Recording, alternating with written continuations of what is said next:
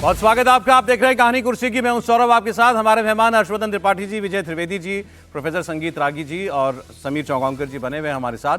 राहुल गांधी आज चंडीगढ़ गए हुए हैं और वहां उन्होंने आईपीएस पूरन कुमार, जिन्होंने सुइसाइड कर लिया था, ये दलित समाज से आते हैं और इन्होंने अपने साथ जातिगत भेदभाव का आरोप लगाते हुए खुदकुशी कर ली थी, उनको श्रद्धांजलि दी। चंडीगढ़ पहुंचने के बाद आईपीएस पूरन कुमार के परिजनों से राहुल गांधी मिले। 7 अक्टूबर की यह वारदात है जिस दिन उन्होंने खुद को रिवॉल्वर से गोली मार ली थी। 8 दिन हो गए हैं लेकिन उनका अंतिम संस्कार नहीं हो पाया है। एसआईटी बनी हुई है, वो जांच आगे बढ़ा नहीं पा रही है। पार्थिव शरीर चंडीगढ़ पीजीआई में रखा हुआ है। पूरन कुमार का परिवार डीजीपी शत्रुजीत कपूर की गिरफ्तारी की मांग कर रहा है। हरियाणा सरकार ने काफी वक्त तक तो इस दबाव को झेला, लेकिन फिर कल उन्होंने डीजीपी शत्रुजीत कपूर को लंबी छुट्टी पर भेज दिया। लेकिन परिवार चाहता है इनकी गिरफ्तारी हो। हरियाणा सरकार ने डीजीपी का अतिरिक्त कार्यभार एक आईपीएस अधिकारी ओपी सिंह को दे दिया है। ओम प्रकाश सिंह फिलहाल हरियाणा पुलिस हाउसिंग कॉर्पोरेशन में एमडी के पद पर थे।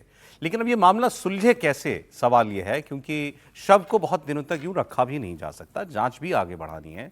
परिवार कह रहा है कि आप 2 व्यक्तियों को खास तौर पर लखनऊ रोहतक के जो एसपी थे उनका ट्रांसफर किया जा चुका है और दूसरे ये डीजीपी, इन दोनों की गिरफ्तारी हो। सरकार का जो प्रॉब्लम बताई जा रही है वो ये कि आईपीएस पूरन कुमार के सुसाइड नोट में 14 लोगों के नाम हैं।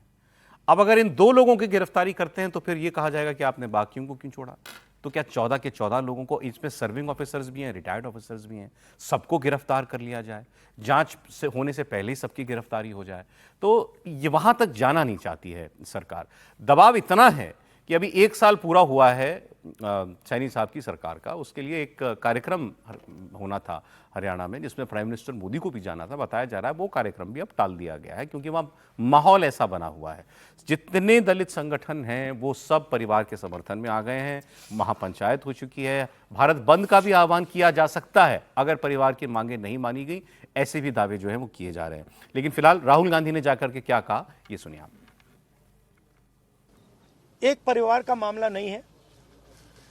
देश में करोड़ों दलित भाई बहन हैं, उनको गलत मैसेज जा रहा है।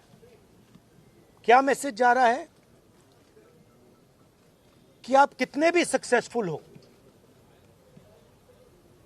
कितने भी इंटेलिजेंट हो, कितने भी कैपेबल हो, अगर आप दलित हो, आपको दबाया जा सकता है, आपको कुचला जा सकता है, आपको फेंका जा सकता है, और यह हमारे लिए एक्सेप्टेबल नहीं है। तो मेरा मैसेज है as LOP to prime minister of India, to chief minister of Haryana,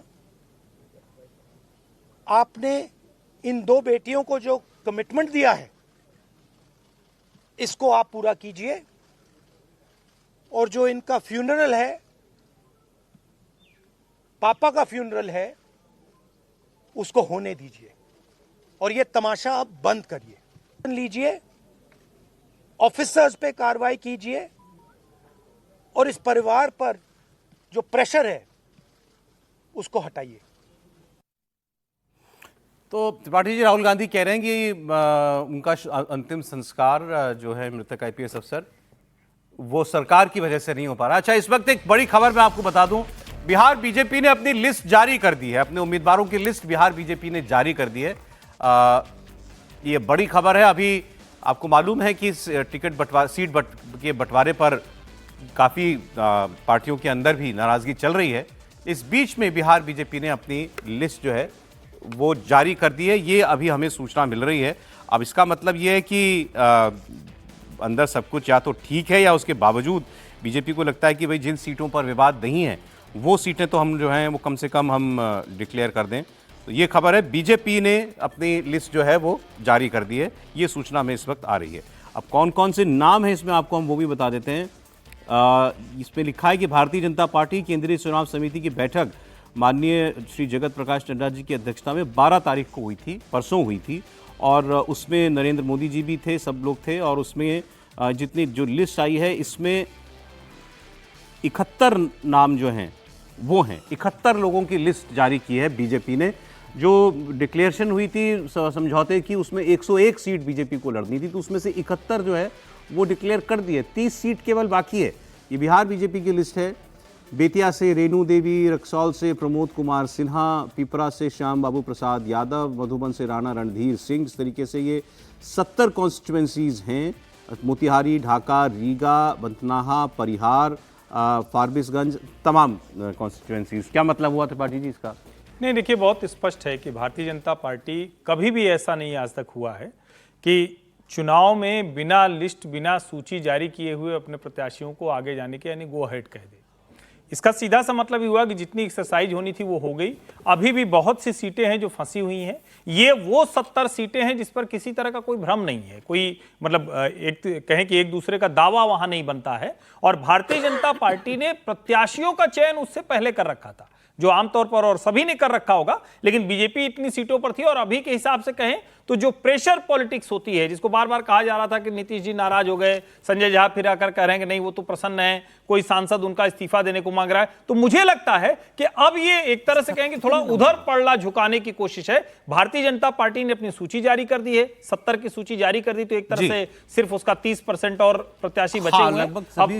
लगभग सभी हो गए। 101 में अब जेडीयू भी जारी करेगा। एक मिनट में जरा नाम और बता दूं मैं। इसमें यह भी है कि पार्टी के वरिष्ठ नेता श्री सम्राट चौधरी, विजय कुमार सिन्हा, तारकिशोर प्रसाद, रेणु देवी, प्रेम कुमार, मंगल पांडे, श्री कृष्ण कुमार ऋषि, राम नारायण मंडल और नितिन नवीन, इनके नाम भी इसके अंदर हैं। ये सारे लोग, ये सारे मुख्यमंत्री, उप मुख्यमंत्री, मंत्री, ये सारे सब लोग जो हैं जिसमें इनके नाम इसमें हैं। गया शहर से प्रेम कुमार, वजीरगंज से बीरेंद्र सिंह, हिसुआ से अनिल सिंह, वारसलीगंज से श्रीमती अरुणा देवी, जमुई से सुश्री श्रेयसी सिंह, गरुआ से श्री उपेंद्र डांगी, औरंगाबाद से त्रिविक्रम सिंह, अरवल से मनोज शर्मा, तरारी से विशाल प्रशांत, आरा से संजय सिंह टाइगर, बड़हरा से राघवेंद्र प्रताप सिंह, विक्रम सीट से सिद्धार्थ सौरभ, दानापुर से रामकृपाल यादव, श्री राम कृपाल यादव, ये वही राम कृपाल यादव हार गए थे, दूसरे लालू की बेटी लोकसभा वाले ही हैं। पाटलिपुत्र से हार गए ठीक है, राम कृपाल यादव भी चुनाव लड़ रहे हैं। पटना साहिब से रत्नेश कुशवाहा, कुम्हरार सीट से संजय गुप्ता, बांकीपुर से नितिन नवीन मंत्री, दीघा से संजीव चौरसिया, बिहार शरीफ से सुनील कुमार, आपने इसमें देखा कि जो अरवल सीट थी, कल हम लोग दिखा रहे थे चिराग पासवान को, आज भारतीय जनता पार्टी ने वहां से कैंडिडेट, बांकीपुर से नितिन नवीन, दीघा से संजीव चौरसिया, बिहार शरीफ से सुनील कुमार, लखीसराय से विजय कुमार सिन्हा, ये वही उप मुख्यमंत्री, मुंगेर से कुमार प्रणय, तारापुर से सम्राट चौधरी तारापुर से चुनाव लड़ेंगे। इनके भाई ने पहले ही बता दिया था। दरअसल तारापुर को लेकर भी थोड़ा था, लेकिन चूंकि सम्राट चौधरी को लड़ना था तो फिर जेडीयू ने अपने आप को पीछे कर लिया।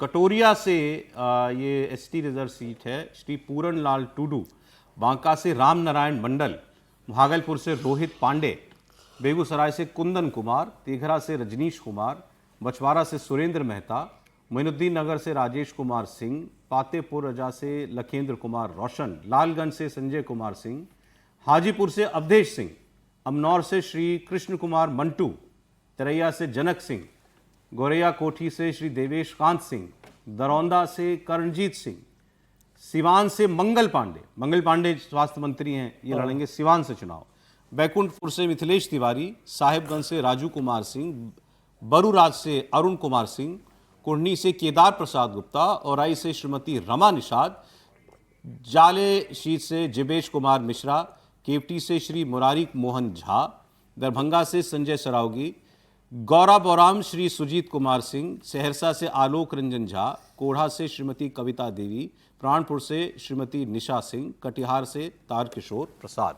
ये नाम है मोटे मोटे जो भी 71 सीटों पर जो है वो डिप्टी चीफ मिनिस्टर रह चुके हैं। जो नीतीश चंद्र जुड़ गए पटना से, हमारे साथ जुड़ गए। नीतीश, अभी ये तो साफ नहीं था कि कौन कौन से दल किन सीटों से चुनाव लड़ेंगे, लेकिन 71 सीटें बीजेपी ने उम्मीदवार बता दिए। जी हाँ, बिल्कुल। और ये वैसी सीटें हैं जहां पर किसी दूसरे दल से कोई मतभेद नहीं है, कोई दावेदारी नहीं है। और चूंकि नॉमिनेशन का समय जो है निकलता जा रहा है, इसलिए ऐसे लोगों की लिस्ट अब जारी कर दी गई है। और इसमें बीजेपी के जो तमाम उम्मीदवार हैं उनमें अधिकतर वो नाम हैं जो पिछली बार भी जो जीते हुए विधायक थे। कुछ नाम ऐसे हैं जो जिनको लेकर ये चर्चा की जा रही थी। अब जैसे सीतामढ़ी जो है सुनील कुमार पिंटू को दिया गया है। ये मूलतः पहले बीजेपी के ही हुआ करते थे और बाद में वो जेडीयू में चले गए थे आपसी तालमेल के आधार पर ही। फिर लोकसभा का टिकट ये चाह रहे थे, उनको नहीं मिला था, लेकिन इस बार ये बीजेपी में अभी कुछ दिन पहले ही शामिल हुए और सीतामढ़ी से सुनील कुमार पिंटू को बीजेपी का टिकट इस बार मिला है। तो एक बार फिर से वापसी हो गई है सुनील कुमार पिंटू की। बेनीपट्टी को लेकर ही चर्चा की जा रही थी कि मैथिली ठाकुर को टिकट दिया जा सकता है। आपको याद होगा तस्वीरें जारी की गई थी, विनोद तावड़े, नित्यानंद राय मैथिली ठाकुर के घर गए थे और कहा जा रहा था कि विनोद नारायण झा की सीट इस बार कट सकती है, लेकिन ऐसा कुछ नहीं हुआ है। बेनीपट्टी से विनोद नारायण झा वो एक बार फिर इस बार चुनाव मैदान में होंगे और इसके अलावा बिस्फी से हरिभूषण ठाकुर बचौल, जो लगातार आप सुनते होंगे, जो हिंदुत्व की जो लाइन है उस पर काफ़ी आगे बढ़ चढ़ कर ये चलते हैं। इसके अलावा नीतीश मिश्रा जो जगन्नाथ मिश्रा के बेटे हैं, राजनगर उनकी जो झंझारपुर की सीट है वहाँ से हैं वो। नीरज कुमार बबलू छातापुर से सुशांत सिंह राजपूत के रिश्तेदार और काफ़ी इनकी जो बयानें आती हैं, काफ़ी चर्चित बयान इनका रहता है। इसके अलावा विद्यासागर केसरी, वही पुराना नाम, फारबिसगंज से। विजय कुमार मंडल सिकटी से। स्वीटी सिंह किशनगंज से। कृष्ण कुमार ऋषि बनमनखी से। विजय कुमार खेमका पूर्णिया से। ये सब पुराने नाम हैं। तारकिशोर प्रसाद जो कि डिप्टी सीएम रह चुके हैं कटिहार से, एक बार फिर उनको मैदान में उतारा गया है और इस सीट को लेकर भी ये चर्चा की जा रही थी कि ये सीट इस बार इधर उधर हो सकती है, लेकिन ऐसा नहीं हुआ है। निशा सिंह प्राणपुर से एक बार फिर मैदान में, पहले इनके पति विधायक हुआ करते थे। श्रीमती कविता देवी कोढ़ा से। आलोक रंजन झा सहरसा से। गौरा बड़ाम की जो सीट है सुजीत कुमार सिंह को गई है। दरभंगा से संजय सरावगी, ये कई बार वहाँ से जीत चुके हैं, बिहार सरकार में अभी भूमि राजस्व मंत्री हैं और एक बार फिर संजय सरावगी चुनाव मैदान में है दरभंगा की सीट से। केवटी की सीट एक बार फिर मुरारी मोहन झा को गई है। जाले की सीट भवन जो नगर विकास मंत्री हैं जीवेश कुमार मिश्रा, उनको एक बार फिर गई है। जाले की सीट काफ़ी दिलचस्प होगी क्योंकि आपको याद होगा राहुल गांधी की यात्रा के दौरान जो वहाँ पर एक गाली की बात सामने आई थी और जिस तरह से कई ऐसी घटनाएं हुई थी उस दौरान, उसमें जाले की सीट की काफ़ी चर्चा हुई थी। मुस्लिम आबादी यहाँ पर अच्छी खासी है और जीवेश मिश्रा एक बार फिर से मैदान में है। औराई की सीट रमा निषाद को गई है। मुजफ्फरपुर का इलाका, निषाद वोटरों की संख्या यहाँ पर अच्छी खासी है और यहाँ पर एक निषाद चेहरे को उतारा गया है। कुढ़नी की सीट केदार प्रसाद गुप्ता को दी गई है। ये भी बाई इलेक्शन में एक बार जीत कर आए थे। इस बार कहा जा रहा था कि नाराजगी है, सीट इनकी कट सकती है, इनका टिकट कट सकता है, लेकिन ऐसा नहीं हुआ। एक बार फिर से ये मैदान में है।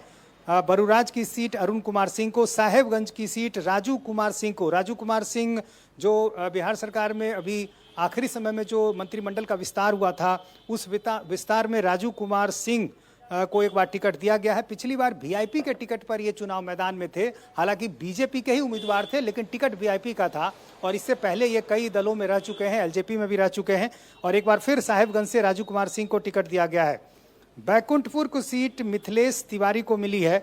मिथिलेश तिवारी पिछली बार चुनाव हार गए थे और इस सीट पर जेडीयू की भी नज़र थी। मंजीत सिंह यहाँ बहुत पहले विधायक थे और लगातार जेडीयू की तरफ से भी दावा किया जाता था। मिथिलेश तिवारी को लोकसभा का टिकट भी दिया गया, लेकिन वो हार गए और बैकुंठपुर से एक बार फिर उनको विधानसभा का टिकट दिया गया है। सिवान से मंगल पांडे बिहार सरकार के मंत्री, स्वास्थ्य मंत्री, बिहार बीजेपी का एक बड़ा नाम, एमएलसी थे, लेकिन इस बार जैसा कि तय किया गया कि जो बड़े चेहरे हैं वो चुनाव मैदान में भी होंगे और अपने गृह क्षेत्र से भी होंगे, तो मंगल पांडे एक चुनाव मैदान में होंगे। सिवान से मंगल पांडे स्वास्थ्य मंत्री को चुनाव मैदान में उतारा गया है। श्री करणजीत सिंह दरौंदा से। देवेशकांत सिंह गोरियाकोठी से। देवेशकांत सिंह पिछली बार भी चुनाव जीते थे, एक बार फिर उनको मौका मिला है। जनक सिंह तरैया से। तरैया की सीट जनक सिंह के पास ही थी पिछली बार, एक बार फिर उनको मौका दिया गया है। विधानसभा में तेजस्वी यादव से कुछ दिन पहले ही जब सत्र अभी चल रहा था, तीखी झड़प हुई थी, ये वही जनक सिंह थे। कृष्ण कुमार मंटू अमनौर छपरा जिले की सीट। राजीव प्रताप रूढ़ी के बेहद करीबी, बिहार सरकार में अभी जो आखिरी बदलाव हुआ उसमें मंत्री भी बनाए गए और एक बार फिर कृष्ण कुमार मंटू को टिकट दिया गया है। इसी तरह संजय कुमार सिंह लालगंज से, लालगंज सीट पर भी कहा जा रहा था कि एलजेपी की नजर थी, लेकिन संजय कुमार सिंह जो पिछली बार भी जीते थे, एक बार फिर उनको टिकट मिल गया है।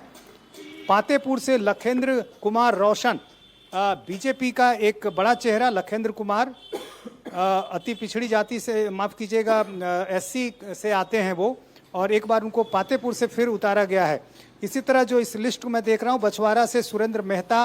अब एक चीज तो क्लियर हो गई नीतीश, आपने बताया, और वो इस चिट्ठी के अंदर आखिर की 2 पंक्तियों में बड़ा खास तौर पर मेंशन भी किया है कि हमारे ये सीनियर नेता सब चुनाव लड़ रहे हैं। तो बीजेपी ने इस बार अपने सारे मजबूत चेहरों को कहा है कि आप मैदान पर उतरिए, इस बार आप चुनाव लड़ करके आइए, जीत करके आइए। बहुत सारे लोगों को आप, बहुत सारे कॉन्स्टिट्यूएंसीज और नाम आप पहचान भी रहे होंगे।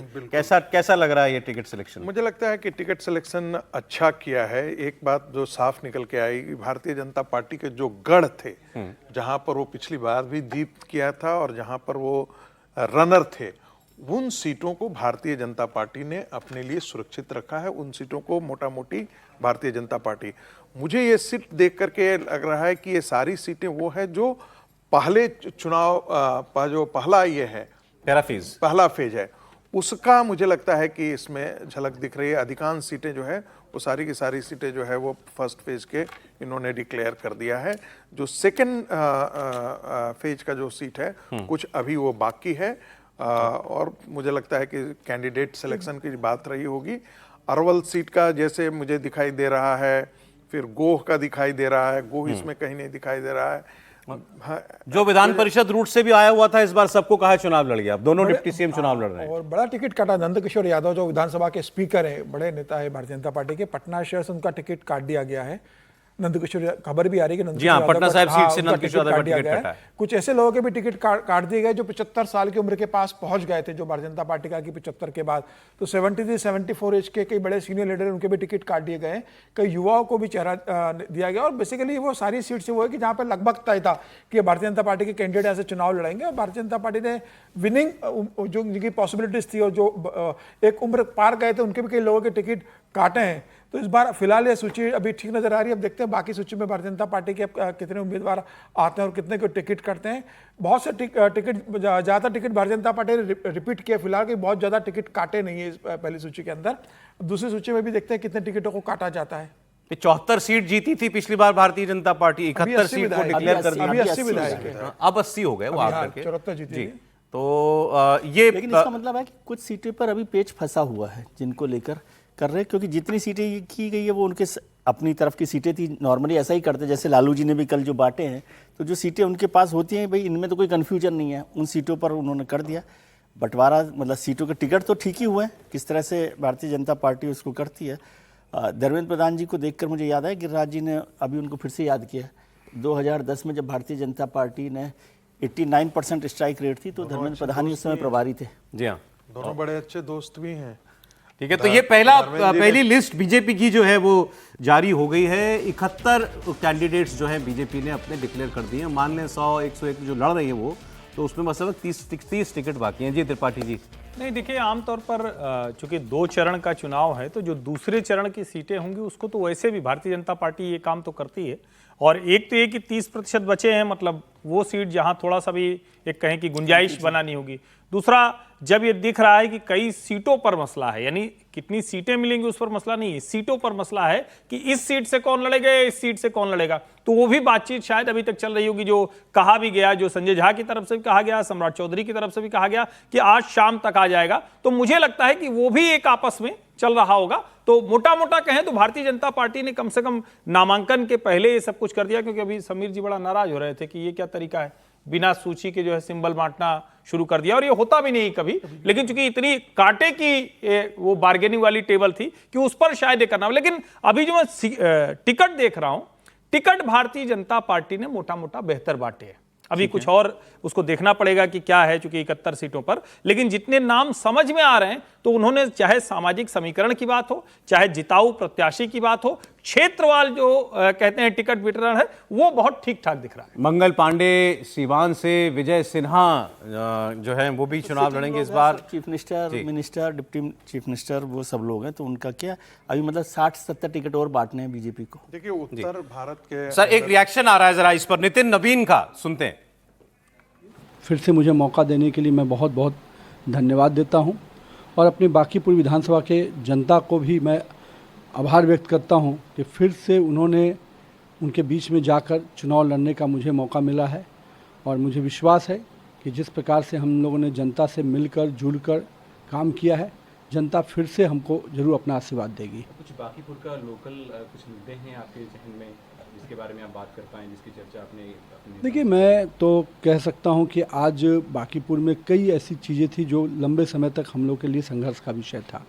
आज वो कहीं ना कहीं फलीभूत होता दिख रहा है, जिसमें मैं कह सकता हूं मंदिरी नाला एक बड़ा स्कीम था, जिस स्कीम पे हम लोग करीब 150 करोड़ की योजना खर्च करके आज उसको पटना के जो मुख्य बेली रोड है उससे सीधे मेरीन ड्राइव में जोड़ रहे हैं।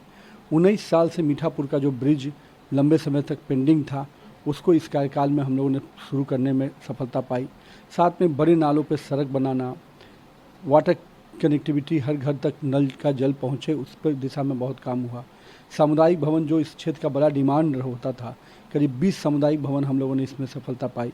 और सबसे बड़ी बात, राजेंद्र बाबू जी का जो हमारा समाधि स्थल था, वहाँ पर आज बिहार गौरव पार्क बनने जा रहा है।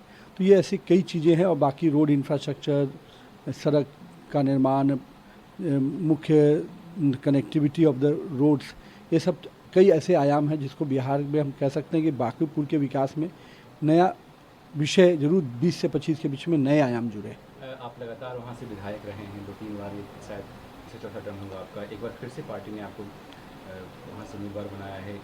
पार्टी नेतृत्व को आप क्या कहेंगे? क्या मैं तो ये कहूँगा, पार्टी नेतृत्व का अगर हम पर आज भी विश्वास और आस्था है तो ये मेरे लिए बहुत बड़ी कमाई है।